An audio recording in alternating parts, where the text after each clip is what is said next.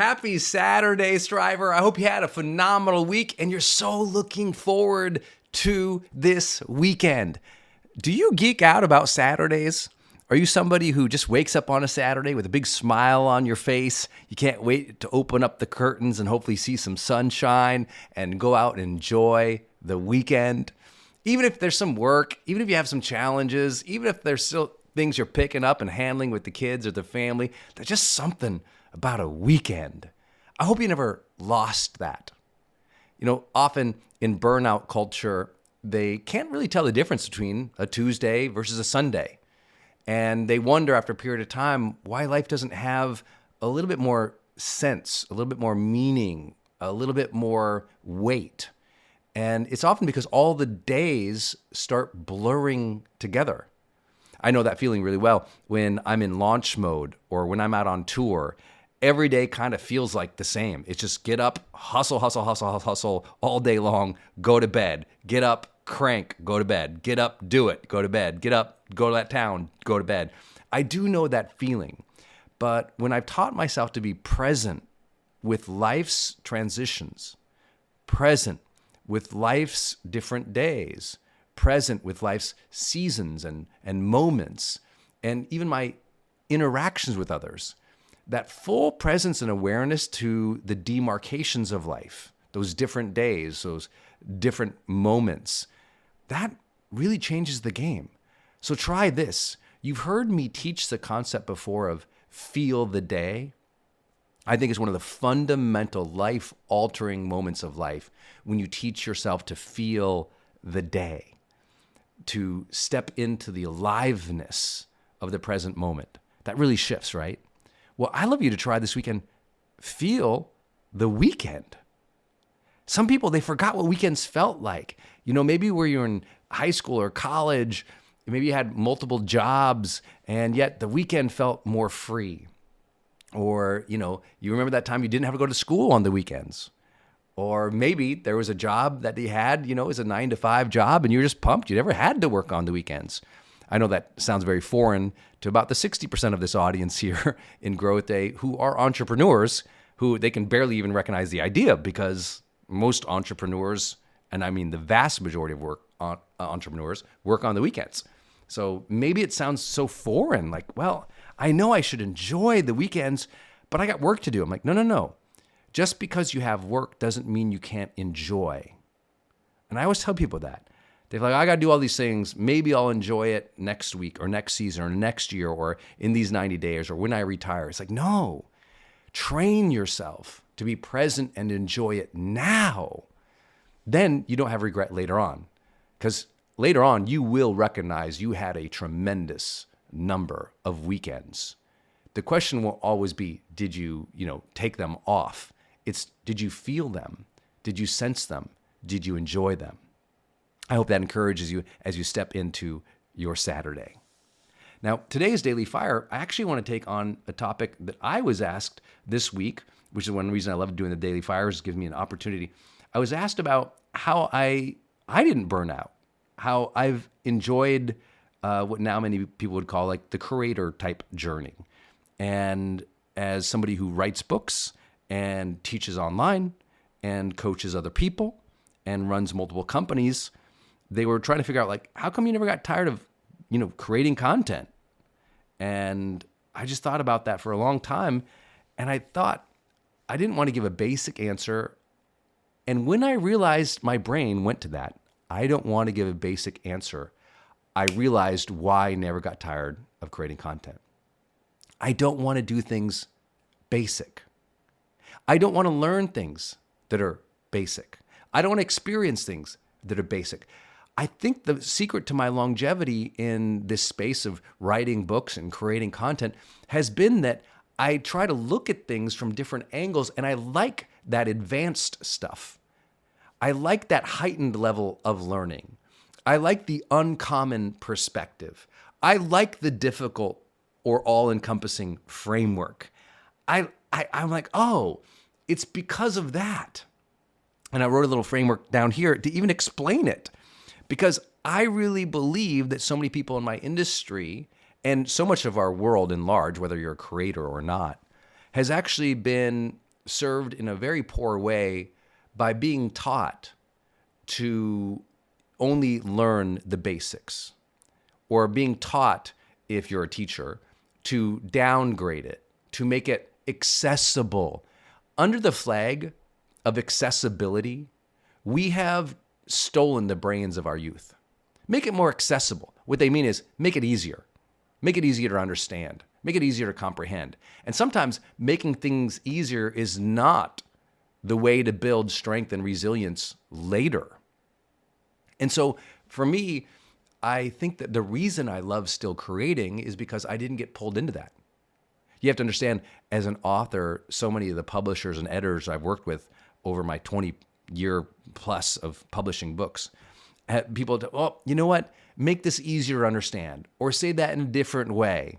And I said, why? The readers, they're not dumb. They can figure it out. And this way that I've written it, it is a little bit more advanced. And they're like, yeah, but you got to write it for 5th or 6th graders because that's what most people's reading level is. I'm like, well, I don't care if that's their reading level. My job is growth.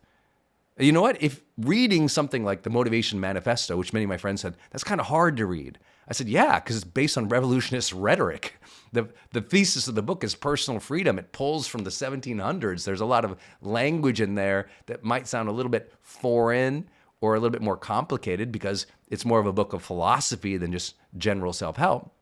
It's a little bit more challenging to read than, Life's Golden Ticket, which was a parable, a narrative story. And I didn't back down from that. I think that was important. And that became one of the most successful books of my career. And certainly, if you ever asked, it's my favorite book. And I think it's really important to hear what I'm saying here. Too often, you might be asked to water yourself down, to tone it down, to make it easier for other people. And yet, by discerning the advanced stuff, by willing to challenge people to rise, you actually become more valuable. And frankly, your brain will stay more engaged. I had a friend one time say, Brandon, I feel like I'm repeating the same thing over and over, and I'm always teaching basic. I said, hey, teaching basic's fine. But let me share what a yoga teacher taught me one time. She shared that she loves teaching the basics on weekend classes, but throughout the week, she's actually teaching advanced levels and certifying people. And it's by staying engaged with that whole life cycle from beginner to advanced, that diversity of teaching and learning and helping people kept her engaged longer. So here she was with a 30-year yoga career when a lot of people, they kind of get tired in the first couple of years of teaching because it got boring to teach the basic class all the time. Now notice I'm not saying stop doing the basic things, but what I'm suggesting is there is another level for you. Could you write that down? Engage in another level. Look for the advanced stuff. Enjoy the advanced stuff. If it's hard and challenging, good. It's going to make you better. If you go here into Growth Day and you go to the Learn section and you take any of my courses, you'll pretty quickly notice by the second module in the courses, I'm going. I'm teaching more of the advanced stuff. I want you to learn the high performance stuff, not just the basic mindset stuff. And while the Daily Fire here is, more off the cuff and just like chatty with you, in my courses, I go way deeper. Our mastery students know this, or our ultra members. Sometimes at our Growth Day LA events where we stay afterwards with the Growth Day or with ultra members, I'll drop a brand new framework on them. And it's the advanced stuff. And I love that part of my career because it challenges me to be the advanced teacher. When I get together the big names in our industry, part of the reason they come together and gather with me is because they know I'm going to teach a little bit higher level. And it engages their brain again. It forces them to learn. And of course, I also learn from them. I always seek advanced learning. It is, I would say, one of the fundamental unlocks to a life well lived, to your ability to learn more and to grow. And I want to say this, for those who are out there who are leaders or creators or givers, I really want you to know, I think the advanced stuff is the secret to greater wealth. I really believe it is true that, the positioning of whatever it is that you do, when it is more advanced, it actually commands a higher price point. And I think that's really important. And that's something you should celebrate because you did the work to learn it at the advanced levels so you could teach it and give those extra insights, and this applies across the board. Like I love, it doesn't matter what I'm learning. Even when I'm engaging with spirituality, I love the people who look at things from an uncommon perspective. And that uncommon perspective kind of challenges my brain. I'm like, oh, I didn't even see that. I didn't learn that. I didn't know that. As I study pastors or I study the Bible, I can take the basic, understanding or the courses of the Bible. But I love when someone will look at it and they'll just drill down into a story or a metaphor that I didn't even know. I'd like read that passage. I would have never saw that angle on it. That unique angle, that unique perspective that only you have when you really look deeply into something. And that's part of life, looking deeply into life. I love to hang out with people who've read philosophy.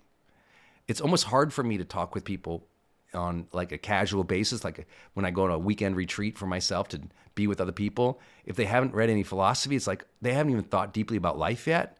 And that's really hard for me. And not because I can't teach it there, but I'm talking about my own personal development. It's like if you haven't thought deeply about life, thought deeply about parenting, thought deeply about your health, thought deeply about politics, thought deeply about history, thought deeply about the problems our society faces, thought deeply about your own journey, your own destiny, your own potential, then it's hard. And that's why I want to celebrate you here, because in Growth Day, especially if you listen this far on a daily fire, it's like, oh, you're doing the deeper engagement in what we have here. That's why I'll give you an example. Our Wednesday classes, they're always 45 minutes. Do you understand how many tens of thousands of people said, could you just make them 5 minutes? Could you just make them 16 minutes like Ted? Could you just make them 30 seconds instead?